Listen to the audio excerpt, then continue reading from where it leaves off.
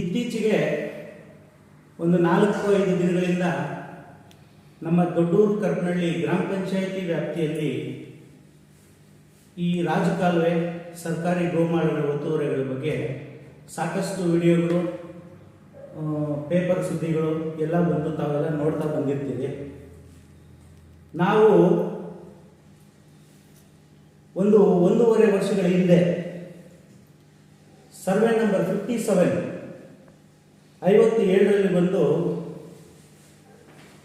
Total extent ಬಂದದು ಇದರಲ್ಲಿ ಇನ್ಕ್ರೋಚ್ ಆಗಿರೋದು ಬಂದು, ನಾವು ಇನ್ಕ್ರೋಚ್ಮೆಂಟ್ ಅಂತ ಹೇಳ್ತಿದ್ದೀರಲ್ಲ ಸರ್, ಬರೀ ನಾವು ಮಾತ್ರ ಇನ್ಕ್ರೋಚ್ಮೆಂಟ್ ಅಂತ ಹೇಳಿಲ್ಲ. ನಾವು ಸರ್ಕಾರಕ್ಕೆ ಮನವಿ ಕೊಟ್ಟಾಗ ಸರ್ಕಾರ ಖುದ್ದಾಗಿ ಬಂದು ETS ಸರ್ವೆ ಮಾಡಿ ಸರ್ವೆ ರಿಪೋರ್ಟ್ ಹೇಳ್ತಿದೆ ಇನ್ಕ್ರೋಚ್ಮೆಂಟ್ ಆಗಿದೆ ಅಂತ. ನಾವು ಹೇಳ್ತಾ ಇಲ್ಲ ಎನ್ಕ್ರೋಚ್ಮೆಂಟ್ ಆಗ್ತೀವಿ. ನಮಗೆ ಅನುಮಾನ ಬಂದಿತ್ತು, ನಮ್ಗೆ ಈ ಥರ ಸಂದೇಹ ಇದೆ, ನೀವು ಸರ್ಕಾರಿ ಗೋಮಾಳನ ಬಂದು ಕಬಳಿಸ್ತಾ ಇದ್ದಾರೆ, ಸರ್ವೆ ಮಾಡಿ ಸರ್ಕಾರ ಭೂಮಿಯನ್ನು ಉಳಿಸ್ಕೊಡಿ ಅಂತೇಳಿ ನಾವು ಮನವಿ ಕೊಟ್ಟಿದ್ದೀವಿ. ಸರ್ವೆ ಮಾಡಿ ಸರ್ವೆ ಡಿಪಾರ್ಟ್ಮೆಂಟ್ ಹೇಳಿದೆ, ರಿಪೋರ್ಟ್ ಕೊಟ್ಟಿದೆ. ಪಾಪ ಒಬ್ಬ ಪುಣ್ಯಾತ್ಮ ಮಹಾನಾಯಕರು ಭಾಳ ರವೀಂದ್ರ ಬಗ್ಗೆ ಅವ್ರಿಗೆ ಗೊತ್ತಿದೆ ಅಂತ ಹೇಳ್ಕೊಳ್ತೀನಿ. ಏನು ಹೇಳ್ತಾರೆ ಅಂತಂದರೆ, ಒಂದು ಲ್ಯಾಂಡನ್ನು ಪರ್ಚೇಸ್ ಮಾಡಿದರೆ ಪಕ್ಕದಲ್ಲಿರುವಂಥ ಖರಾಬ್ ಲ್ಯಾಂಡ್ ಆ ಲ್ಯಾಂಡ್ಗೆ ಸಂಬಂಧಪಟ್ಟಿದ್ದು ಅಂತ ಹೇಳ್ತಾರೆ. ನಾನು ಅವ್ರಿಗೆ ಈ ನಿಮ್ಮ ಮಾಧ್ಯಮದ ಮುಖಾಂತರ ಪ್ರಶ್ನೆ ಮಾಡಲಿಕ್ಕೆ ಬಯಸ್ತೀನಿ. ಆ ಖರಾಬ್ ಅಂದರೆ ಏನಂತ ಅವ್ರಿಗೆ ಗೊತ್ತಿದೆಯಾ? ಬಾ ಖರಾಬ್ ಅಂತ ಏನಾದರೂ ಗೊತ್ತಿದೆಯಾ? ಪೂಟ್ ಖರಾಬ್ ಅಂತ ಏನಾದರೂ ಗೊತ್ತಿದೆಯಾ? ಫಸ್ಟ್ ಅವ್ರು ತಿಳ್ಕೊಳ್ಳೋಕ್ಕೆ, ಆಮೇಲೆ ಬಂದು ಪರ್ಚೇಸ್ ಮಾಡಿರೋ ಲ್ಯಾಂಡಿಗೆ ಪಕ್ಕದಲ್ಲಿರುವಂಥ ಖರಾಬು ಸೇರುತ್ತಾ ಬಿಡುತ್ತಾ ಆಮೇಲೆ ನಿರ್ಧಾರ ಮಾಡಿ. ಇನ್ನೊಂದು, ಮಾನ್ಯ ಮಾನವ ಹಕ್ಕುಗಳ ಸ್ಥಾಪನೆ ರಾಜ್ಯಾಧ್ಯಕ್ಷರು, ಸೌತ್ ಇಂಡಿಯಾ ಆರ್ಗನೈಸರ್ ಅಂತ ಹೇಳಿಕೊಂಡು ಜೋಶ್ವಾ ಅನ್ನೋರೊಬ್ಬರು, ಅವರು ಮೊದಲು ನಮ್ಮ ನಾಯಕರು. ಈಗ ನನ್ನನ್ನು ಜಿಲ್ಲಾಧ್ಯಕ್ಷರನ್ನಾಗಿ ಮಾಡಿದ್ರು. ನಾನು ಜಿಲ್ಲಾಧ್ಯಕ್ಷನಾಗಿ ಮಾಡಿದ ಮೇಲೆ ಲೆಟ್ರೇಡ್ ಮಿಸ್ಯೂಸ್ ಮಾಡಿದ್ದೇನೆ ಅಂತ ಹೇಳಿದ್ದಾರೆ. ಸರ್, ಲೆಟ್ರೇಡ್ ಮಿಸ್ಯೂಸ್ ಅಂತಂದರೆ ಜಿಲ್ಲಾಧ್ಯಕ್ಷನಾಗಿ ನನ್ನನ್ನು ಆಯ್ಕೆ ಮಾಡಿದ ಮೇಲೆ ನನಗೆ ಸಂಬಂಧಪಟ್ಟ ಜಿಲ್ಲೆಯಲ್ಲಿ ಸರ್ಕಾರಿ ಕಚೇರಿಗಳಲ್ಲಿ ನಾನು ಅರ್ಜಿ ಕೊಡಲಿಕ್ಕೆ, ನನ್ನ ಲೆಟ್ರೇಡ್ ಮುಖಾಂತರ ಅರ್ಜಿ ಕೊಡಲಿಕ್ಕೆ ನನಗೆ ರೈಟ್ಸ್ ಇಲ್ವಾ? ಮಾನವ ಹಕ್ಕುಗಳ ಪರವಾಗಿ ಹೋರಾಟ ಮಾಡಿ ಅಂತೇಳಿ ನನಗೆ ನೀವು ಪದವಿ ಕೊಟ್ಬಿಟ್ಟು ನನ್ನ ರೈಟ್ಸ್ನೆಲ್ಲ ನೀವು ಕಿತ್ಕೊಂಡ್ಬಿಟ್ರೆ ಆ ಪದವಿ ಯಾಕೆ ಬೇಕು? ಹೌದಲ್ವಾ ಸರ್? ಆಮೇಲೆ ಇನ್ನೊಂದು ಹೇಳ್ತಾರೆ, ಮಿಸ್ಯೂಸ್ ಮಾಡಿದ್ದೀನಿ ಅಂತ. ನಾನು ಲೆಟ್ರೇಡಲ್ಲಿ ಮಾನ್ಯ ಜಿಲ್ಲಾಧಿಕಾರಿಗಳಿಗೆ ಒಂದು ಅರ್ಜಿಯನ್ನು ಕೊಟ್ಟಿದ್ದೇನೆ. ಅದು ಬಿಟ್ಟರೆ ಹೊರತುಪಡಿಸಿ ದೊಡ್ಡೂರು ಕರ್ನಳ್ಳಿ ಗ್ರಾಮ ಪಂಚಾಯಿತಿಯಲ್ಲಿ ಬಂದು ಒಂದು ಅರ್ಜಿಯನ್ನು ಕೊಟ್ಟಿದ್ದೀನಿ. ಏನಂತ ಕೊಟ್ಟಿದ್ದೀನಿ? ಏನಾದರೂ ನಮಗೇನಾದರೂ ಆಸ್ತಿ ಬರ್ಕೊಡಿ ಸ್ವಾಮಿ ಅಂತ ಕೊಟ್ಟಿಲ್ಲ. ಇಲ್ಲಾಂತಂದ್ರೆ ನಮ್ದೇನಾದ್ರು ನೀವೇನಾದರೂ ನಿಮ್ಮ ಸರ್ಕಾರದಿಂದ ಏನಾದರೂ ನನಗೆ ಇಂಡಿವಿಜುವಲ್ ಪರ್ಸನಲ್ ಆಗಿ ಏನಾದರೂ ಕೊಡಿ ಅಂತ ನಾನು ಕೊಟ್ಟಿಲ್ಲ. ಸರ್ಕಾರಿ ಭೂಮಿಯನ್ನು ಉಳಿಸಿ ಅಂತ ಕೊಟ್ಟಿದ್ದೀನಿ. ಭೂಗಳ್ಳರ ವಿರುದ್ಧವಾಗಿ ಕ್ರಮ ಜರುಗಿಸಿ ಅಂತ ಕೊಟ್ಟಿದ್ದೀನಿ. ಆದರೆ ನೀವು ಜೋಶ್ವಾ ಅವರೇ, ಎಂಥ ವ್ಯಕ್ತಿ ಇದ್ದೀರಾ ನೀವು? ನಮ್ಮ ಒಟ್ಟಿಗಿದ್ದಾಗ ನೀವು ಅವ್ರನ್ನ ಬೈತೀರಾ, ಆಮೇಲೆ ಹೋಗಿ ನೀವು ಅವ್ರ ಮುಂದೆ ಕೂತ್ಕೊಂಡು ಕಳ್ಳರ ಗುಂಪು ಅಂತ ನಮ್ಮನ್ನಂತೀರಾ. ಪಕ್ಕದಲ್ಲಿ ಪಾಪ ನಮ್ಮ ಪಳ್ಳಿಯಣ್ಣವರಿದ್ದಾರೆ. ನೀವು ಎಲ್ಲೆಲ್ಲಿ ರೋಲ್ ಕಾಲ್ ಮಾಡಿ ಅಂತೇಳಿ ಅವ್ರಿಗೆ ಹೇಳಿದ್ದೀರಂತ ಪಕ್ಕದಲ್ಲಿ ಅವರೇ ಹೇಳ್ತಾರೆ ಮುಂದೆ ನಿಮ್ಮ ಭವಿಷ್ಯ. ನಾನು ಹೇಳೋದಿಲ್ಲ. ನನ್ನನ್ನು ಬೆಮ್ಮೆಲ ಹೈಸ್ಕೂಲಲ್ಲಿ ಒಂದು ಬ್ರಾಹ್ಮಣ ಹೆಣ್ಮಗಳು, ಆಕೆ ಟೀಚರು, ಆತನ ಬಂದು SC ಆಧಾರದ ಮೇಲೆ SCS ಮಕ್ಕಳನ್ನ ಗುರಿ ಇಟ್ಟು ಬಂದು ಟಾರ್ಚರಿಂಗ್ ಮಾಡ್ತಾರೆ ಅಂತೇಳಿ ಅವ್ರನ್ನ ಎದುರಿಸಿ ಪ್ರಿನ್ಸಿಪಾಲ್ ಹತ್ರ ಹೋಗಿ ಸೆಟಲ್ಮೆಂಟ್ ಮಾಡಿ ಅಂತ ನೀವು ಖುದ್ದಾಗಿ ನನಗೆ ಹೇಳ್ತೀರಾ? ನಾನು ಆ ಥರ ರೋಲ್ ಕಾಲ್ ವ್ಯಕ್ತಿ ಅಲ್ಲ ಸರ್. ನಾನು ಹ್ಯೂಮನ್ ರೈಟ್ಸ್ ಬಂದಿರೋದು ಏನಾದರೂ ಸಮಾಜ ಸೇವೆ ಮಾಡಲಿಕ್ಕೆ, ರೋಲ್ ಕಾಲ್ ಮಾಡಲಿಕ್ಕೆ ಅಂತಂದಾಗ ನಾವು ನಿಮಗೆ ಅಡ್ಜಸ್ಟ್ ಆಗಿಲ್ಲ ಅಂತೇಳಿ ನಿಮ್ಮಿಂದ ನಿಮ್ಮ ಅಕ್ರಮಗಳನ್ನ ನಮ್ಗೆ ಗೊತ್ತಾಗಿ ನಾವು ಸೈಲೆಂಟ್ ಆದಾಗ ನಮ್ಮ ಮೇಲೆ ಇಲ್ಲಸಲ್ಲದ ಆರೋಪ ಮಾಡಿ ನೀವು ಕಳ್ಳರ ಜೊತೆ ಸೇರ್ಕೊಂಡು ನಮ್ಮನ್ನೇ ಬಂದು ಕಳ್ಳರ ಗುಂಪು ಅಂತೀರಲ್ಲ ಜೋಶ್ವಾ ಅವರೇ. ಏನೋ ಕೇಸ್ ಹಾಕ್ತೀನಿ ಅಂತ ಹೇಳಿದಿರಲ್ಲ, ಕೇಸ್ಗೆ ಎದುರ್ಕೊಳ್ಳೋರಲ್ಲ ರೀ ನಾವು. ಲೀಗಲ್ ಆಗಿದ್ದೀವಿ. ಯಾರು ಕಾನೂನಾತ್ಮಕವಾಗಿರ್ತಾರೆ, ಯಾರು ಸಂವಿಧಾನಬದ್ಧವಾಗಿರ್ತಾರೆ. ನಾವು ಸಂವಿಧಾನಬದ್ಧವಾಗಿದ್ದೀವಿ, ಕಾನೂನಾತ್ಮಕವಾಗಿ ಇದ್ದೀವಿ. ನಿಮ್ಮಂತ ಗೊಡ್ಡು ಬೆದರಿಕೆ ಹಾಕೋರಿಗೆಲ್ಲ ಎದುರಂತ ಜನ ಅಲ್ಲ ನಾವು. ಮುಂದಿನ ದಿನಗಳಿಗೆ ಏನು ಕೇಸ್, ಹೈಕೋರ್ಟಲ್ಲಿ ಕೇಸ್ ಹಾಕ್ತೀನಿ ಅಂತ ಹೇಳಿದ್ರೆ ಅಂತ ಡೈರೆಕ್ಟ್ ಸುಪ್ರೀಂ ಕೋರ್ಟ್ ಹೋಗ್ಬಿಡಿ, ನೇರವಾಗಿ ಅಲ್ಲೇ ಬರೋಣ. ತಪ್ಪಿದ್ರೆ ನನ್ನನ್ನು ನ್ಯಾಯಾಲಯದ ಮುಂದೆ ನೇಣಗಾಕ್ರಿ, ಇಲ್ಲಾಂದ್ರೆ ನೀವೇನ್ರಿ ಮಾಡ್ಕೊಳ್ತೀರಾ? ಜೋಶ್ವಾ ಅವರೇ, ಕೊಟ್ಟೆಪಲ್ಲಿಯಲ್ಲಿ ಬಂದು ಸೈಟ್ಸು ಪಾಳು ಬಿದ್ದೋಗಿದೆ ಮನೆಗಳು, ಸೈಟ್ ಮನೆಗಳನ್ನ ಬಂದು ವಿತರಣೆ ಮಾಡ್ಬೇಕಂತ ನಮ್ಮನ್ನು ಕರ್ಕೊಂಡೋಗೆಲ್ಲ ಪ್ರೆಸ್ ಮೀಟ್ ಎಲ್ಲ ಮಾಡಿಸಿದ್ರಿ. ಮನೆ ಕೊಡ್ತೀನಿ ಅಂತೇಳಿ ಒಬ್ಬೊಬ್ಬರ ಹತ್ರ ಎಷ್ಟೆಷ್ಟು ವಸೂಲಿ ಮಾಡಿದ್ದೀರ ಈ ದುಡ್ಡು ನಮ್ಮ ಹತ್ರ ಮಾಹಿತಿ ಇದೆ. ನಿಮ್ಮ ಯೋಗ್ಯತೆ ನಮ್ಮ ಹತ್ರ ಇದೆ. ನಿಮ್ಮ ಜೊತೆ ಸೇರ್ಕೊಂಡಾಗ ನಮ್ಗೆ ಹೇಳಿದ್ದೇನು ಗೊತ್ತಾ? ಏನಪ್ಪ ಹೋಗೋಗಿ ಕಳ್ಳನ ಜೊತೆ ಸೇರ್ಕೊಂಡ್ಬಿಟ್ಟಿದ್ದೀರಲ್ಲಪ್ಪ ಅಂದ್ರೆ ನಮಗೆ ಆತ ಕಳ್ಳನೇ ಇರ್ಬೋದು, ನಾವು ಒಳ್ಳೇದು ಮಾಡಕ್ ಹೋಗಿದ್ದೀವಿ ಅಂತ ನಾವು ಅಂದ್ಕೊಂಡ್ರು ಸಮಾಧಾನದಿಂದ ನಾವಿದ್ರೆ, ನೀವು ಕಳ್ಳರ ನಮ್ಮನ್ನು ಕಳ್ಳನ ಮಾಡಕ್ ಹೋದ್ರೆ ನಾವು ಇರ್ಲಿಲ್ಲ, ನೀವು ನಮ್ಮ ಬಗ್ಗೆ ಆರೋಪ ಮಾಡ್ತೀರಾ. ಇನ್ನೊಬ್ಬ ಪುಣ್ಯಾತ್ಮ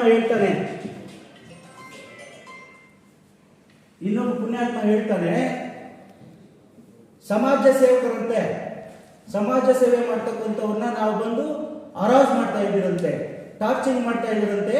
ಅವರು ಬಂದ್ಬಿಟ್ಟು ಹಾರ್ಟ್ ಪೇಷಂಟ್ ಅಂತೆ. ಸ್ವಾಮಿ, ನಾವೇ ಅವ್ರಿಗೇನಾದ್ರೂ ತೊಂದರೆ ಆಯಿತು ಅಂದ್ರೆ ನಾವೆಲ್ಲ ಕಾರಣರಂತೆ 7 ಜನ. ನೀವು ಭೂ ಕಬಳಿಸಿ ಕೋಟಿಗಳು ಲೂಟಿ ಮಾಡಿರೋರು ನೀವು, ಕೂಲಿ ನಾಲೆ ಮಾಡಿಕೊಂಡು ಸಮಾಜದ ಪರವಾಗಿ ಹೋರಾಟ ಮಾಡ್ತಿರೋರು ನಾವು. ನಮ್ಮಿಂದ ನಿಮಗೆ ಬೆದರಿಕೆ ಇದೆಯಾ, ನಿಮ್ಮಿಂದ ನಮಗೆ ಬೆದರಿಕೆ ಇದೆಯಾ ಅಂತ ನೀವು ಯೋಚನೆ ಮಾಡಿ. ಸುಮಾರು ಕೋಟಿಗಳನ್ನ ಲೂಟಿ ಮಾಡಿ ಎಷ್ಟು ಕೇವಲ 57 ಅಂತ ನೀವು ತಿಳ್ಕೊಂಡಿದ್ದೀರಾ. ಬರ್ತೀವಿ. ಇನ್ನು ಪದ್ಮಾ ಪ್ರಸನ್ನ ಕುಮಾರ್ ಮ್ಯಾಟ್ರ್ ಇದೆ, ಇನ್ನು ಗೋಲ್ಡನ್ ಪ್ರಾಜೆಕ್ಟ್ ಮ್ಯಾಟ್ರ್ ಇದೆ, ಇನ್ನು ಕೃಷ್ಣಂ ನಾಯ್ಡು ಮ್ಯಾಟ್ರ್ ಇದೆ, ಇನ್ನು ವಿಶ್ವನಾಥ್ ಮ್ಯಾಟ್ರ್ ಇದೆ. ಹಂತವಾಗಿ ಬರ್ತೀವಿ. ಹಂತವಾಗಿ ನಿಮಗೆ ಬುಡಕ್ಕೆ ಇಡ್ತೀವಿ ಬೆಂಕಿ. ನೀವು ನಮ್ಮ ಜುಟ್ ಹಿಡಿದ್ರೆ ನಾವು ನಿಮ್ಮ ಬುಡಾನೇ ಹಿಡಿತೀವಿ. ನಾವು ಆನೆಸ್ಟ್ ಆಗಿದ್ದೀವಿ, ಆನೆಸ್ಟ್ ಆಗೇ ಇರ್ತೀವಿ. ನಿಮ್ಯಾರಿಗೂ ಎದುರಂತವ್ರಲ್ಲ ನಾವು. ಹಾಗಾಗಿ ಆ ಪುಣ್ಯಾತ್ಮಿಗೆ ಹೇಳ್ತೀನಿ, ಏನು ಎಸ್ ಸಿ ಆದರೆ ರಾಜಕಾರಣಿಗಳು ಮನೆ ಕಟ್ಬೋದಾ ಸರ್? ಹೇಳಿ ಸರ್. ಎಸ್ ಸಿಗೊಂದು ನ್ಯಾಯ ಇದೆ, ಜನರಲ್ಗೊಂದು ನ್ಯಾಯ ಇದೆಯಾ?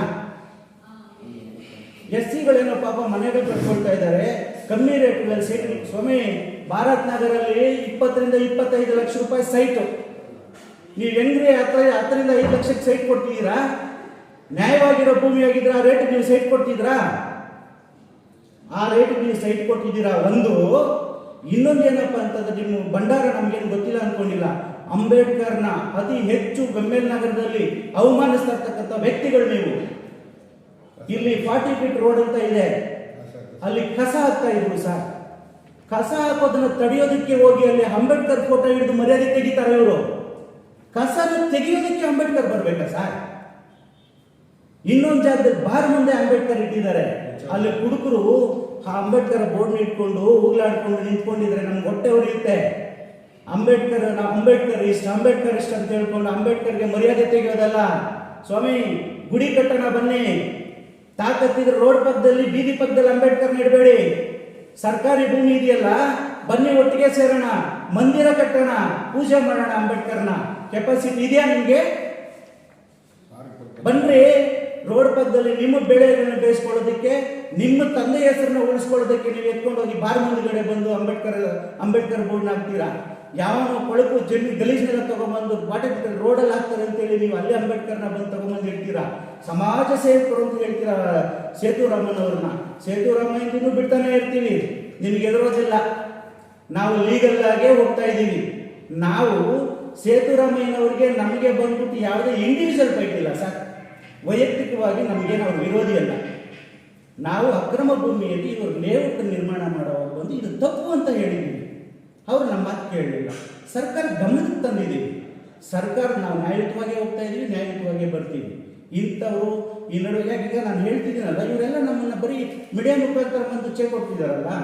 ಕೇಸ್ ಫೈಲ್ ಮಾಡಿ ಸ್ವಾಮಿ, ಕೊಡಿ ಸ್ವಾಮಿ ಕೋರ್ಟ್ಗೆ ನಿಮ್ಮ ಡಾಕ್ಯುಮೆಂಟ್ಸು ಕೊಡಿ. ನೀವು ನಿಮ್ಮ ಡಾಕ್ಯುಮೆಂಟ್ಸು. ನಾವು ತಪ್ಪಿದ್ರೆ ನಮಗೆ ಶಿಕ್ಷೆ ಆಗಲಿ, ನಿಮಗೆ ತಪ್ಪಿದ್ರೆ ನಿಮಗೆ ಶಿಕ್ಷೆ ಆಗಲಿ. ನಾವು ಎಲ್ಲದಕ್ಕೂ ರೆಡಿ ಇದ್ದೀವಿ.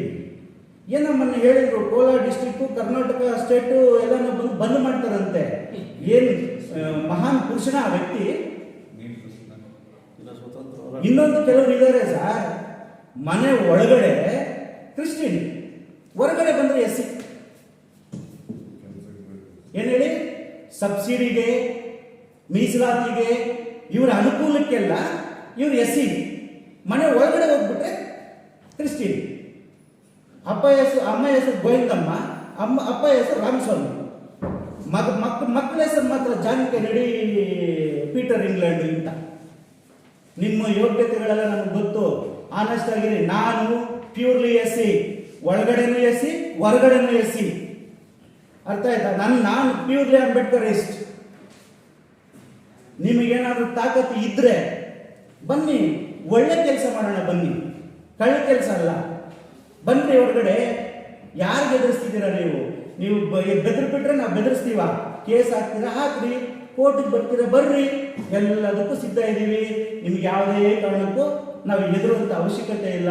ಆಮೇಲೆ ಇನ್ನೊಬ್ಬ ಪುಣ್ಯಾತ್ಮ ಇದ್ರು, ಅವ್ರು ಏನು ಹೇಳ್ತಾರಂದ್ರೆ, ಸರ್ ಗಿರಿ ನಾವು ಕೂಡ ரொம்ப நல்ல வேலை பண்ணுறாரு, சூப்பர் பண்ணி சூப்பர் ಅಂತ ಕರೀತಾರೆ. ಸೂಪರ್ பண்ணி அந்த மாதிரி ஒரு 15 ரெக்கார்ட்ஸ் கொண்டு கொடு, ನಾನು ಬ್ಲಾಸ್ಟ್ பண்ணிடுறேன். ಹಿಂಗೆಲ್ಲ ಹೇಳ್ತಾ ಇದ್ರು. ಆಯ್ತು ನಾನು ನಮ್ಮೆಲ್ಲ ಕೂಡ ಇರ್ತಾರಲ್ಲ, ನನ್ನೆಲ್ಲ ಎಲ್ಲ ಪಂಡ್ರಾನ ಸೂಪರ್ ಪಾಗಿರಿ ಅಂತ. ಮೊನ್ನೆ ನೋಡಿದ್ರೆ ಆ ಪುಣ್ಯಾತ್ಮ ಕೂತ್ಕೊಂಡು ನಂದು 3 ಸೈಟ್ ಇದೆ, ಒಡೆದ್ಬಿಡ್ತೀರಾ, ಒಡೆದ್ಬಿಡಿ ನೋಡೋಣ ಅಂತ ಹೇಳ್ತಾರೆ. ಸ್ವಾಮಿ ಒಡಿಸ್ತೀವಿ, ಫ್ರಾಡ್ ಇದ್ರೆ ಒಡಿಸ್ತೀವಿ, ನೋಡ್ತೀರಾ? ನಾನು ಚಾಲೆಂಜ್ ಮಾಡ್ತೀನಿ, ನೋಡ್ತೀರಾ? ಯಾಕಂದ್ರೆ ಐ ಆಮ್ ಆನೆಸ್ಟ್. ಏನೋ ಆಮೇಲೆ ಇನ್ನೊಬ್ರು ಹೇಳ್ತಾರೆ, ಪಾಪ ಸೇತುರಾಮಯ್ಯನವರು 10 ಲಕ್ಷ ದುಡ್ಡು ಕೇಳಿದ್ದೀರಿ, 2 ಸೈಟ್ ಕೇಳಿದ್ದೀರಿ, ನಮ್ಮ ಹತ್ರ ರೆಕಾರ್ಡ್ ಇದೆ ಅಂತ. ತಾಕತ್ತಿದ್ರೆ ಬಿಡ್ರಿ, ರೆಕಾರ್ಡ್ ಬಿಡ್ರಿ ಮೀಡಿಯಾ ಮುಂದೆ, ಜನಕ್ಕೆ ಗೊತ್ತಾಗ್ಲಿ ಬಿಡ್ರಿ. ನಾನೇನು ಕೇಳಿದ್ದೀನಿ, ಅವರೆಷ್ಟು ಕೇಳಿದ್ದಾರೆ, ನಾನೆಷ್ಟು ಹೇಳಿದ್ದೀನಿ, ಅದರಲ್ಲಿ ಯಾರ್ಯಾರಿದ್ದಾರೆ, ಯಾರ್ಯಾರು ಮಹಾ ನಾಯಕರುಗಳಿದ್ದಾರೆ, ಎಲ್ಲರಿಗೂ ಗೊತ್ತಾಗಲಿ ಬಿಡಿ ರೆಕಾರ್ಡು. ತಾಕತ್ತಿದೆಯಾ ಬಿಡಿ, ಇಲ್ಲ ಕೋರ್ಟ್ ಕೊಡ್ರಿ ಬಂದು. ಹೆಚ್ಚಿಗೆ ಮಾತಾಡಕ್ಕೆ ಹೋಗಲ್ಲ. ನಾನು ನೆಕ್ಸ್ಟ್ ಪ್ರೆಸ್ ಮೀಟ್ಗೂ ಬರೋದೂ ಇಲ್ಲ. ಯಾಕೆ ಅಂತಂದ್ರೆ ನಮಗೆ ನ್ಯಾಯಾಲಯದ ಮೇಲೆ ನಂಬಿಕೆ ಇದೆ. ಅರ್ಥ ಆಯ್ತಾ? ಇದು ಮೀಡಿಯಾ ಆಟ ಅಲ್ಲ. ನನ್ನ ಅನಿಸಿಕೆಗಳನ್ನ, ಅಭಿಪ್ರಾಯಗಳನ್ನ ನಮಗೆ ನೋವಾದಾಗ, ನಮ್ಮ ಮೇಲೆ ಆಪಾದನೆ ಬಂದಾಗ ನಾನು ಉತ್ತರ ಕೊಡಬೇಕಾಗಿತ್ತು. ಹಾಗಾಗಿ ಆಮೇಲೆ ಇನ್ನೊಂದು ವಿಚಾರವನ್ನು ಹೇಳ್ತಾರೆ, ಅಂಗಲಿಂದ ನೀ ಹಿಂಗೆ ಅವಲ್ಲ, ಹಿಂಗೂ ಒಂದು ನೀ ಕೇಳಕ್ಕೆ ನೀ ಯಾರು? ಸ್ವಾಮಿ, ನ್ಯಾಯ ಕೇಳೋದಕ್ಕೆ ಯಾರಿಗೆ ಬರಬೇಕು? ಎಲ್ಲಿಂದ ಬಂದ್ರೆ ಏನ್ರಿ? ಎಲ್ಲಿಂದ ಬಂದ್ರೆ ಏನೋ? ನ್ಯಾಯಕ್ಕೆ ಭೇದ ಭಾವ ಇದೆಯಾ? ಏನಾದ್ರೂ ಇಂಡಿಯಾ ಪಾಕಿಸ್ತಾನ ಅಂತ ಏನಾದ್ರು ಬಾರ್ಡರ್ ಹಾಕಿಟ್ಟಿದ್ದೀರಾ ನೀವು? ಬಂಗಾರಪೇಟೆಯಲ್ಲಿ ಅಕ್ರಮ ನಡೀತಾ ಇದ್ರೆ ಕೆಜಿಎಫ್ನವ್ರು ಬಂದು ಇಲ್ಲಿ ಕೇಳಬಾರ್ದ? ಇಲ್ಲಿ ಯಥೇಚ್ಛವಾಗಿ ಮೋಸ ಹೋಗ್ತಾರೆ. ಇದು ನಮ್ಮ ಕೆಜಿಎಫ್ನ ಜನ. ಇಲ್ಲಿ ಲೋಕಲ್ನವ್ರಿಗೆ ಫ್ರಾಡ್ ಭೂಮಿ ಅಂತ ಎಲ್ಲರಿಗೂ ಗೊತ್ತಿಲ್ಲ, ಯಾರು ಕೊಳ್ತಾ ಇಲ್ಲ. ನೀವು ಪಾಪ ಅಲ್ಲಿ ಕೆಜಿಎಫ್ನ ಜನಕ್ಕೆ ಯಾಮಾರಿಸಿ ಕರ್ಕೊಂಡ್ಬಂದು ಇಲ್ಲಿ ಟೋಪಿ ಹಾಕ್ತಾ ಇದ್ದೀರಾ. ನಾಳೆ ದಿವಸ ಅವ್ರಿಗೇನಾದ್ರೂ ಅನ್ಯಾಯ ಆಯಿತು, ಅವ್ರಿಗೆ ಅದಕ್ಕೆ ಹೊಣೆ ಯಾರು? ಆಮೇಲೆ ಇನ್ನೊಂದು ವ್ಯಕ್ತಿ ಹೇಳ್ತಾರೆ, ಪಾಪ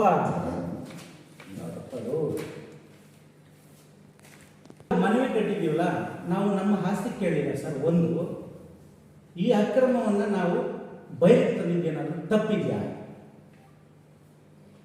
ಆಮೇಲೆ ಏನು ಬಡಪಾಯಿಗಳು ಕೂಡಿಟ್ಟು ದುಡ್ಡನ್ನ ಬಂದು ಸೈಟ್ಗಳು ತಗೊಂಡು ಮನೆ ಕಟ್ಕೋಬೇಕು, ಸೂರು ಕಟ್ಕೋಬೇಕು, ಜೀವನ ಕಟ್ಕೋಬೇಕು ಅಂತ ಇದಾರಲ್ಲ, ಅವರಿಗೆ ನಾವು ಅವೇರ್ನೆಸ್ ಕೊಡೋದೇನಾದ್ರೂ ತಪ್ಪಿದ್ಯಾ? ಇವರು ಏನು ಧರ್ಮಕರ್ತರಂತೆ, ಯಾವ ಧರ್ಮಕರ್ತರೋ ಗೊತ್ತಿಲ್ಲ. ಅಯ್ಯಪ್ಪ ಸ್ವಾಮಿ ದೇವಸ್ಥಾನನ ಇವರು ಭೂಮಿ ರಕ್ಷಣೆ ಮಾಡ್ಕೊಳ್ಳೋದಕ್ಕೆ ರಾಜಕಾಲುವೆಯಲ್ಲಿ ಕಟ್ಟಿದ್ದಾರೆ. ಅವರು ರಾಜಕಾಲುವೆಯಲ್ಲಿ ಇವ್ರಿಗೆ ರಕ್ಷಣೆ ಮಾಡ್ಕೊಳ್ಳೋಕ್ಕೆ ರಾಜಕಾಲುವೆನ ಎನ್ಕ್ರೋಚ್ ಮಾಡಿ ಅಯ್ಯಪ್ಪ ಸ್ವಾಮಿ ದೇವಸ್ಥಾನ ಕಟ್ಟಿದ್ದಾರೆ. ಬರ್ತೀವಿ, ಅಲ್ಲಿಗೂ ಬರ್ತೀವಿ, ಹಂತವಾಗಿ ಬರ್ತೀವಿ. ಮುಂದಿನ ದಿನಗಳಲ್ಲಿ ಏನು ಯಾವುದೇ ಕಾರಣಕ್ಕೂ. ಆಮೇಲೆ ಪಾಪ ಇವರು ಬಾಬು ಸಾರ್ ಬಗ್ಗೆ ನ್ಯಾಯ ಕೇಳಕ್ ಬಂದ್ರು ಅಂತ ಹೇಳಿ ಅವ್ರನ್ನೇನೋ ಬಾಬು ಸಾರ್ ಬಗ್ಗೆ ಬಂದು ಏನೋ ನೀ ಹಿಂಗವರ ಅಂತೆಲ್ಲ ಅವ್ರನ್ನ ಒಂದು ಏನೋ ಕೌಂಟರ್ ಕೊಡೋ ರೀತಿಯಲ್ಲಿ ಪಾಪ ಫೈಂಡ್ ಮಾಡಿದ್ದಾರೆ. ನಿಮ್ಗೆ ಯಾವ ಕೌಂಟರ್ಗೆ ನಾವು ಎದುರು ಯಾರು ಇಲ್ಲ. ಅವರು ಆನೆಸ್ಟ್ ಆಗಿದ್ದಾರೆ, ನಾವು ಆನೆಸ್ಟ್ ಆಗಿದ್ದೀವಿ. ನೀವು ಕೋರ್ಟ್ಗೆ ರೆಡಿ ಅಂದ್ರೆ ನಾವು ರೆಡಿ, ನೀವು ಕಂಪ್ಲೇಂಟ್ಗೆ ರೆಡಿ ಅಂದ್ರೂ ನಾವು ರೆಡಿ, ಕೇಸ್ಗೆ ರೆಡಿ ಅಂದ್ರೂ ನಾವು ರೆಡಿ. ನಮ್ಮ ಬಗ್ಗೆ ನೀವು ಆಪಾದನೆ ಮಾಡಿದ್ದೀರಾ, ಅದಕ್ಕಾಗಿ ನಿಮ್ಗೆ ಉತ್ತರ ಕೊಡಬೇಕು, ಕೊಟ್ಟಿದ್ದೀವಿ. ನೀವು ಕೇಸ್ ಫೈಲ್ ಮಾಡ್ತೀರಾ, ಕಮ್ ಟು ಕೋರ್ಟ್, ಅಲ್ಲಿ ಇತ್ಯರ್ಥ ಮಾಡ್ಕೊಳ್ಳೋಣ. ನೀನು ನಾನು ಯಾಕೆ ವಾದ ಮಾಡೋಣ ಜನಕ್ಕೆ. ಆದರೆ ನಾನು ಒಂದೇ ಒಂದು ಹೇಳ್ತೀನಿ, ನೀವು ನಿಷ್ಠಾವಂತರಲ್ಲಪ್ಪ, ನೀವು ಪರಿಶುದ್ಧರಲ್ವಾ? ತರಾತುರಿಯಲ್ಲಿ ಕಟ್ಟಡ ಪರವಾನಗಿ ಇಲ್ಲದೆ ಮನೆ ಹೆಂಗರಿ ಕಟ್ತೀರಾ? ಹೆಂಗ್ ಕಟ್ತೀರಾ ನೀವು ಮನೆ? KDA ಇದು KDA ಇಂದ ನಾವು ತಗೊಂಬಂದಿರ್ತಕ್ಕಂಥ ಇದು KDA ಪರವಾನಗಿನೇ ಇಲ್ಲ. KDA ಅಪ್ರೂವಲ್ ತಗೊಂಡಿದ್ದಾರೆ. ಟೋಟಲಿ ಡಿ ಖಾತೆನೆ ಬ್ಯಾನ್ ಮಾಡಿಟ್ಟಿದೆ ಗೌರ್ಮೆಂಟ್. ನೀವು 6 ಮನೆನ ಕಟ್ಟಿ ರಾಜಾರೋಷವಾಗಿ ತರಾತುರಿಯಲ್ಲಿ ಮಾಡ್ತಿದ್ದ ಉದ್ದೇಶ ಏನು? ನಿಮ್ಮ ಸೊತ್ತು ಶುದ್ಧವಾಗಿದ್ದರೆ ಕೋರ್ಟ್ ಆದೇಶ ಬರೋವರೆಗೂ ಕಾಯಿರಿ, ಆಮೇಲೆ ಕಟ್ಕೊಳ್ಳಿ, ಆಮೇಲೆ ನೀವು ಮಾಡ್ಕೊಳ್ಳಿ. ನಿಮ್ಮ ಯಾವ ಬೆದರಿಕೆಗೂ ನಾವು ಎದುರೋದು ಇಲ್ಲ. ನೀವು ಎಲ್ಲಿಗೆ ರೆಡಿ ಅಂದರೆ ಅಲ್ಲಿಗೆ ರೆಡಿ. ಅರ್ಥ ಆಯ್ತಾ? ಹಾಗಾಗಿ ನನಗೆ ಮಾತಾಡಲಿಕ್ಕೆ ಅವಕಾಶ ಕೊಟ್ಟಂಥ ಎಲ್ಲ ಮಾಧ್ಯಮ ಮಿತ್ರರಿಗೂ ನಾನು ವಂದಿಸಿ ನನ್ನ ಮಾತನ್ನು ಮುಗಿಸ್ತಾ ಇದ್ದೇನೆ. ಜೈ ಹಿಂದ್, ಜೈ ಕರ್ನಾಟಕ.